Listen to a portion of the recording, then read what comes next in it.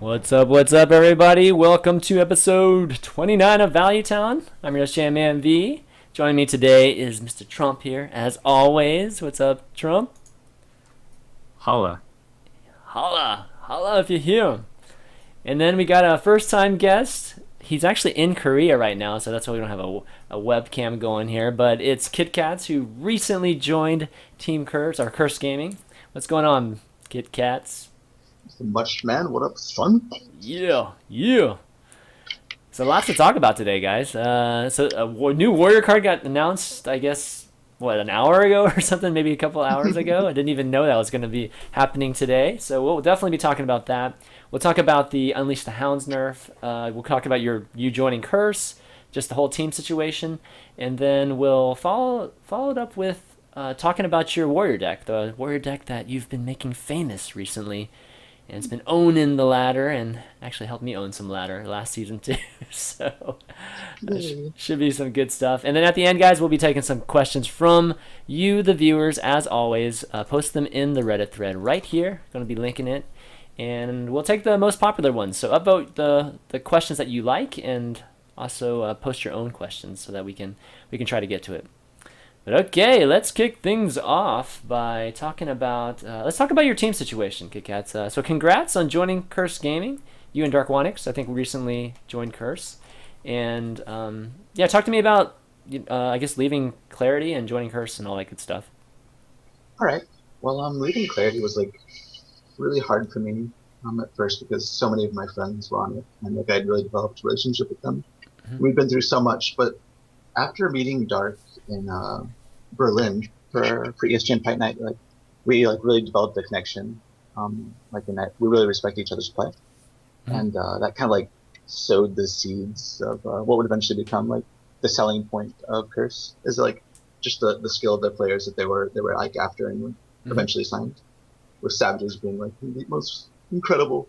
Actually, I was about to say something that I shouldn't have. The most incredible player in Europe, and then Dark being obviously one of the top two or three, and then Alchemist, top North American talent. He's Yeah. actually like been my practice partner since like the beginning of Hearthstone. Man, like he helped me set up like prepare for my very first ever show match, first month, Mm-hmm. and I mean I've always loved playing with him and respected his display.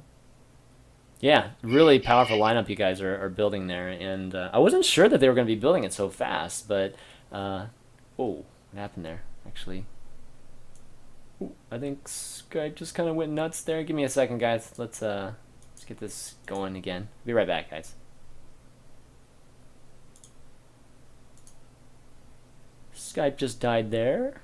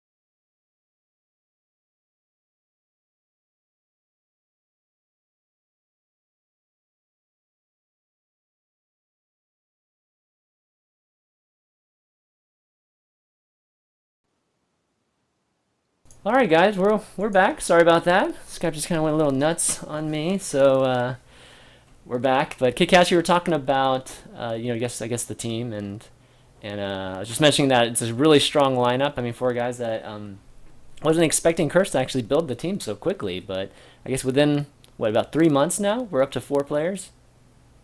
Yeah, it was actually really quickly. I was very surprised. I know they said they're after like two North American players and two EU players, and when I heard that, like, I kind of was just like really attracted because like once they get Alchemist, who is like one of the top three players in North America, like where do you go from there? And because all the other North American players are like really signed to teams and stuff like that, so there weren't many left to choose from. Right, right. So what happened to Clarity? I mean, does Clarity still have a team? I don't. I mean, maybe I don't know. I know a lot of the players have left or Hmm.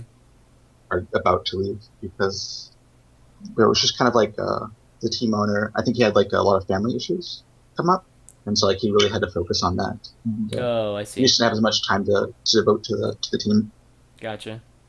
And Okay. I mean, he did everything he promised for us. For White, like actually the contract that we signed and all that stuff. Yeah, yeah, got But it. then yeah, and then just like life issues come up. Like we have to understand that Yeah, it that happens. happens a lot of times. But cool. I look forward to seeing you guys. I mean, I think I'm sure we'll see some team events start popping up here in the near future. So, Curse is going to be strong. Trump, what do you think? Think of the Curse lineup, man. It's monstrous. Isn't it? Oh my God. Yeah, it is. Yeah, I'm really happy that Kitkatz found a team. I like the guy a lot, and he's joined a great team. Yeah, good stuff. All right, why don't we move on to let's talk about the before we get to the new warrior card. Why don't we talk about the Unleash the Hounds nerf? So Blizzard announced that they're going to be upping the mana cost to three mana, which I think a lot of people had suggested over the last few months since even when it was changed to 2 mana after that one patch. What do you guys think of this change? Do you think? Well, I think we all agree. I think when we talked to Ben Brody, we felt like it was very prominent. At least the hunters were so prominent that we wanted to check to see if they were taking a look at this, and they were. But what do you guys think of this change? Is it going to fix hunters, or is there going to be a lot less hunters on the ladder? Trump, what do you think? Yeah, there will probably be less hunters on the ladder. A lot of these changes see, like, whenever things get changed, there's a huge amount of like pullback at first, and then eventually things slide back in. I think this is one of those changes which is significant, but probably won't kill the hunter class, Mm-hmm. and I think it'll still be competitive. But that is a big change, and it will really, I think it'll really improve a lot of matchups against the hunter. Kickass, what's your thoughts? Yeah, I overall agree with Trump that it'll help a lot of matchups because like, it really relied on having like Buzzard Unleash against a lot of the aggro decks like aggro Warlock stuff like that, Mm-hmm. and so adding that extra turn, but also like that one more mana can deny future turns with like the Timberwolf giving you the +1 damage to everything. Mm-hmm. So it's pretty huge, but I also think it's really an overreaction. I think Blizzard's been doing this a lot recently. Like if you look back to StarCraft, it took so long for them to actually change and like nerf certain classes, and like they just let the scene like solve it on its own. Mm-hmm. And that's really what happened. Like most recently, you saw an upsurge of both my warrior and also Miracle Rogue, which actually destroyed Midrange Hunter. So it's like, did we really need this to solve the problem, or Yeah. was it like already solved? Yeah, I think that's a good statement too, and a little bit surprising too because Ben didn't make it sound like they were going to change this at least until the Nox cards came out and just have the whole metagame kind of be thrown up just jumbled up again right whenever all those new cards came out. So I think this is a little bit surprising. I don't know. A lot of I people mean, seem to be happy about it, but to add on to Kitkatz, last week I said that I sensed the winds changing. yeah, My it's true. hunters were, and Zoo actually, were both going to diminish, and they have. Yeah, Mostly because that's part of the greatness of a card game. It sort of self-corrects because you can always have decks that counter them. Like, it's a soft counter, but it's favored nonetheless. Still, though, I think it's a good change just because it will raise a few classes to be more viable, like Shaman and Paladin, those two poor classes. yeah. I'm already starting to see a little bit more shaman on the the latter, at least my experience with it. So definitely would be good. Any particular situations you think are just gone? Like, because we can just generally talk about just UTH, but any particular scenarios that have been like crazy strong for the Unleash combo that you think are going to be much, much less prevalent now? Kitkatz, anything? Like, Not really. I mean, like, it like stops kind of like a full combo Leroy Unleash, Timberwolf Hero Power, I guess, or something like that. But it's like, yeah, in turn 10 or something. oh god, I just did math on fucking stream. I hope I counted correctly. But scenarios such as that, Yeah, gotcha. Definitely delays any That's kind of buzzard, early kind of play with the buzzard. And I mean, you turn 5 normally. I think a lot of people play buzzard and UTH and a wolf to get some nice trades and card draw. So yeah, that's really the most important part, is just stopping the early game dominance of that combo. Yeah, gotcha. And it's also a big deal that they can't do the buzzard or the hyena and then the unleash on turn 4. It just slows them down a turn in certain circumstances where that's really good, like against Zoo, for example. Right. Okay, yeah, so it'll be interesting to see. We'll see what happens. Trump is like a prophet. All right, I mean, you must have even known about this change, too, to say that hunters are going to be gone from, or at least be changing from the metagame, so... Yeah, I actually didn't know this change would come in, and it was already happening before this nerf was announced. Yeah. But still, even if like a card can be countered, sometimes removing it just because it's quote unquote bad for the game, like, would be reasonable. Okay. Yeah, I agree. Yeah. All right, so what do you think in general of them just changing existing cards? Because I think there's been some talk about, I don't know, just a lot of pushback on them, just the community not wanting them to change existing cards and adjust by making new cards. Thoughts on just that philosophy, I guess? Kitkatz? I mean, it's a tough question. I mean, it's really difficult to make new cards rather than just like change existing ones. Like, slight modifications aren't as like game or meta changing compared to like a completely new game changing card, obviously. But I don't know. I mean, it's really hard to say. I don't really know much about game design, and that's really not my area of expertise. Okay, Trump, thoughts on just changing existing cards? I mean, they're definitely keeping changing existing cards to a minimum. Like, over the last, 2, 3... I don't know when the last time it was, but it feels like a long time. They've changed one card, and that feels like the only card that they're going to change. Like, it's been... The last cards changed before this was Pagel and Tankmaster, right? Yep.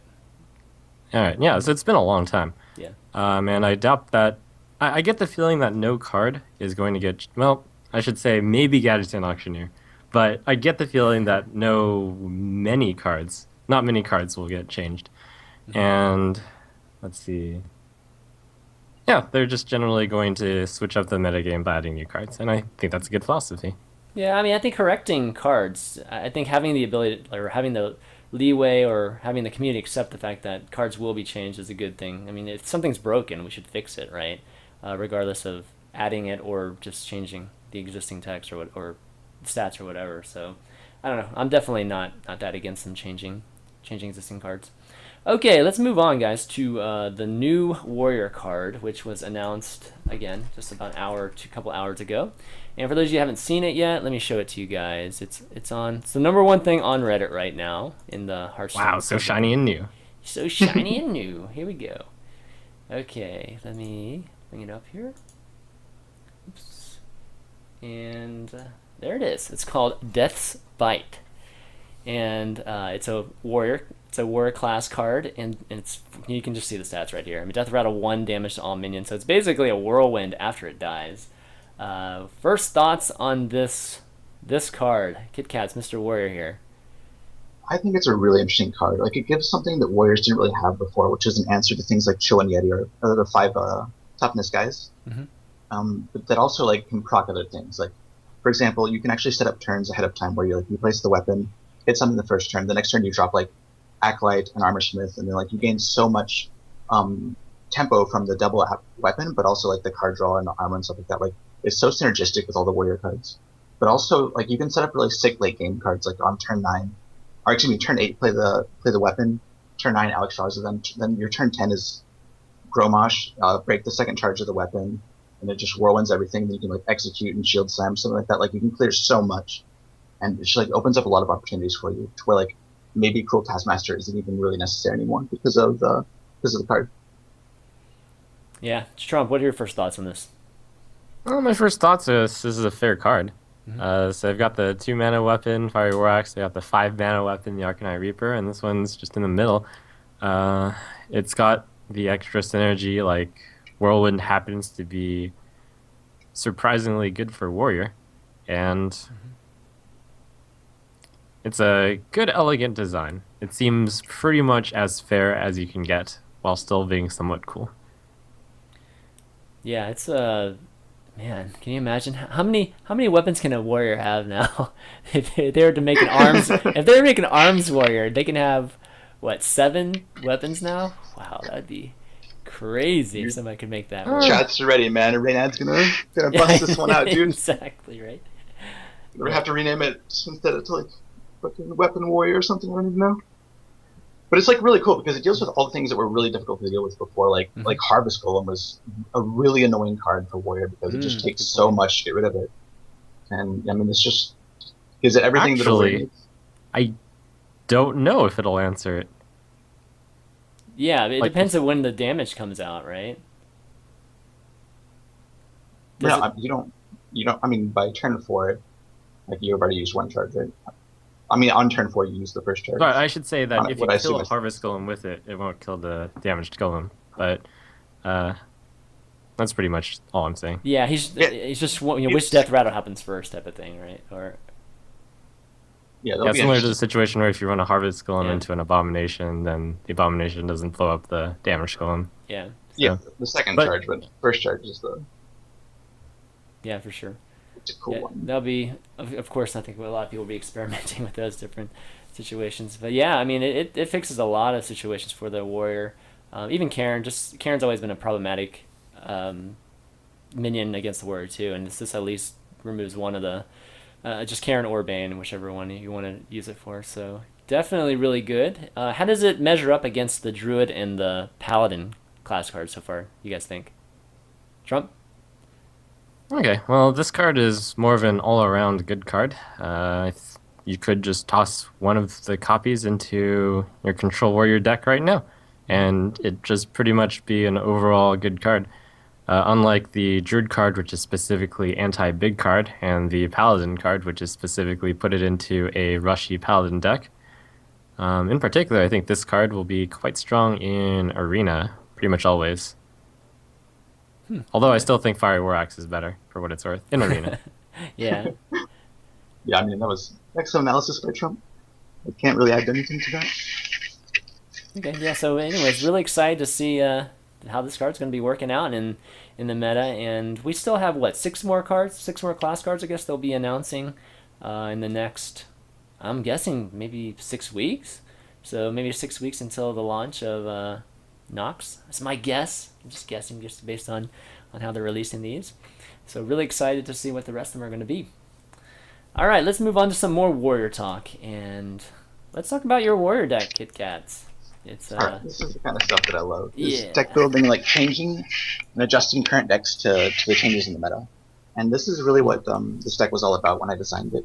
Like, you have the Kor'kron Elites and the Azure Drakes, which are what were not really in Warrior before. The Kor'kron Elites give you a lot of early game pressure, but also can trade up.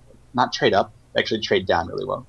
They'll take out a River Crocolisk or even an Animal Companion, but these were cards that were like kind of difficult to deal with because you lost too much to kill them before. Like, if you use the weapon too early, then you're not going to have enough charges to deal with the Savannah Hymen tokens or whatever. But yeah, and Azure Drake just gives you card draw. It just gives you another 5-drop that wasn't so specific. Like, before we had Harrison Jones and Manipulator, like, it's all dependent upon what your opponent really has. But Azure Drake, you can just always drop it on turn 5, and it just gives you board presence, and they almost always have to kill it. And so that's the basis of the deck. Nothing else really changed except the 1 Armorsmith, and that was really an adjustment to Midrange Hunter because Armorsmith is like a really useless card for some, and you just don't ever want to. Like, what ends up happening is, like, they have Stampeding Coda ×2, right? And it like crushes you if you just give them the opportunity to play it, because it's so hard to deal with a 5 toughness guy. Yeah. And because like if they turn 5 that and then they turn 6 spin Jaime, right? It's way too much for War to deal with. So what you end up doing is basically just sandbagging, and, like holding all these like 1 power guys in your hand, like Acolytes and Armsmiths.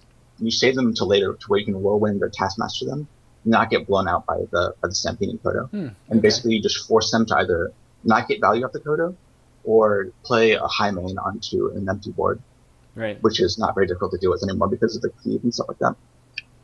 So these adjustments were purely based on that matchup, the mid-range hunter matchup. Certain. Okay. And has it affected any of the other matchups negatively that you found? The first iteration of it, where I didn't have Brawl, made it really difficult to beat Handlock. But Handlock was just non-existent in the metagame at all, so it really didn't bother me. But yeah, so I re-added Brawl recently because of an upsurgence in Handlock, and also because I was just looking for like another way to kind of give me some kind of possibility of beating Miracle Rogue, because Miracle Rogue is the absolute worst matchup for this build. Because you can't really pressure them without the Frothings. So what I've been doing is kind of bringing some of the Frothings back in, like trying one of a Frothing, like I brought the Harrison Jones back too, obviously for it. Yeah. But yeah, that's like the main changes. Also, what ended up happening as a result of adding Corcon Elite is that it just crushed the mirror match, because like this, you hit them for 4, and then they have to deal with this 3 toughness guy, which is not easy. Like normally that's the War Axe, right? But then you're taking 8 from it, which is just a lot of damage that other warriors really aren't prepared for. And it also breaks the armor, so you can set up for turns later. Like, so they won't have enough armor to like shield block, slam, rag, or whatever. Yeah, in the mirror, like I feel like once one person gets a little bit behind, where he's got very few armor versus the other guy has a ton of armor, he seems to never recover from that because of shield slam efficiency and all that good stuff. Trump, any questions on? You have any observations of this deck that I don't know? Maybe want to ask Kitkatz here. Well, right now, the way I see it is that Miracle Rogues are like the dominant deck on ladder right now. Do you feel confident bringing this deck into that format, or would you make some more changes? Yes, I'd absolutely make more changes, because you have to have like Frothings or some way to pressure them early and like get them to waste some of their spells so they don't just always like draw cards and do nothing for 18 million turns while you do nothing, and then eventually they draw like Conceal and Auctioneer. So you really have to add some kind of aggression, whether it be Frothings or I don't even know what else there is for Warrior. I don't think there's anything else. It's just like a really bad matchup, and that's kind of what happened though. Is that my Warrior deck crushed everything that like beat Miracle Road, and then Miracle Road just like came in and swept up.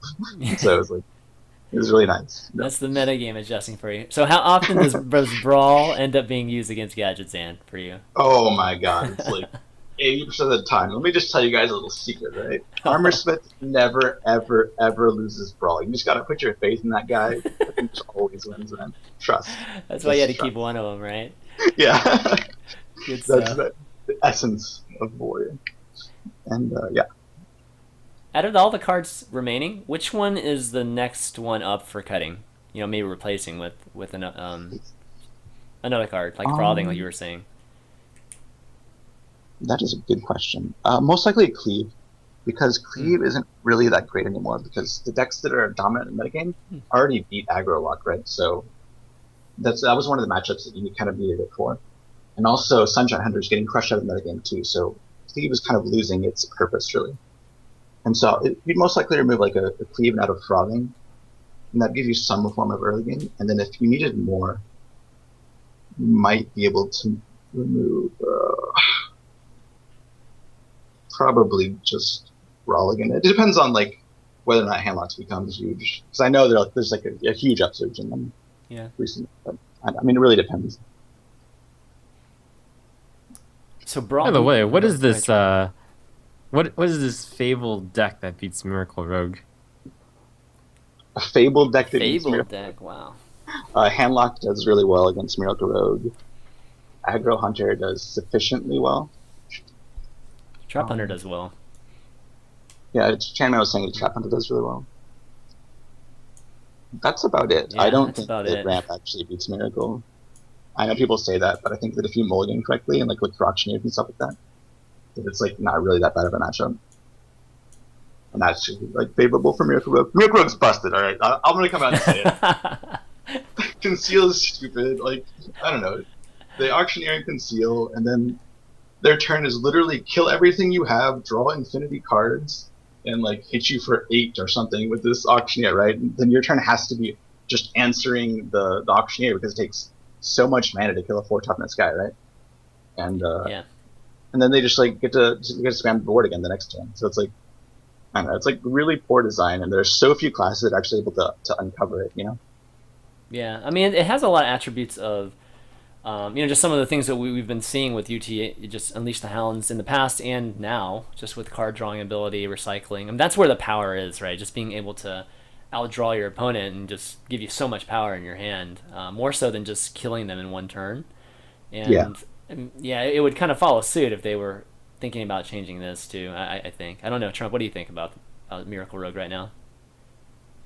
It just feels like it's got, like, it doesn't win every time, but it feels like it's got a favorable matchup against most everything. I'd say the next big deck is the deck that counters the Miracle Rogue while still holding its own against most other things. So get cracking. Get cracking. Yeah, I mean,